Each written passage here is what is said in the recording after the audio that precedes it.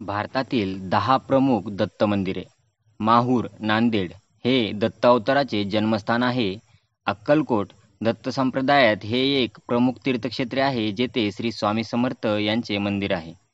गाणगापूर हे दत्त संप्रदायातील एक महत्त्वाचे क्षेत्र आहे.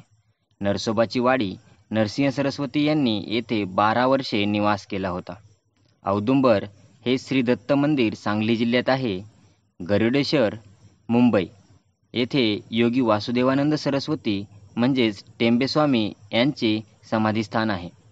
अमृतसर पंजाब येथे श्री गुरु दत्तात्रेय यांचे पवित्र मंदिर आहे. प्रयाग उत्तर प्रदेश येथे प्रसिद्ध दत्त मंदिर आहे. अमरकंटक मध्य प्रदेश येथे दत्त मंदिर आहे, जे खूप जुने व प्रसिद्ध आहे.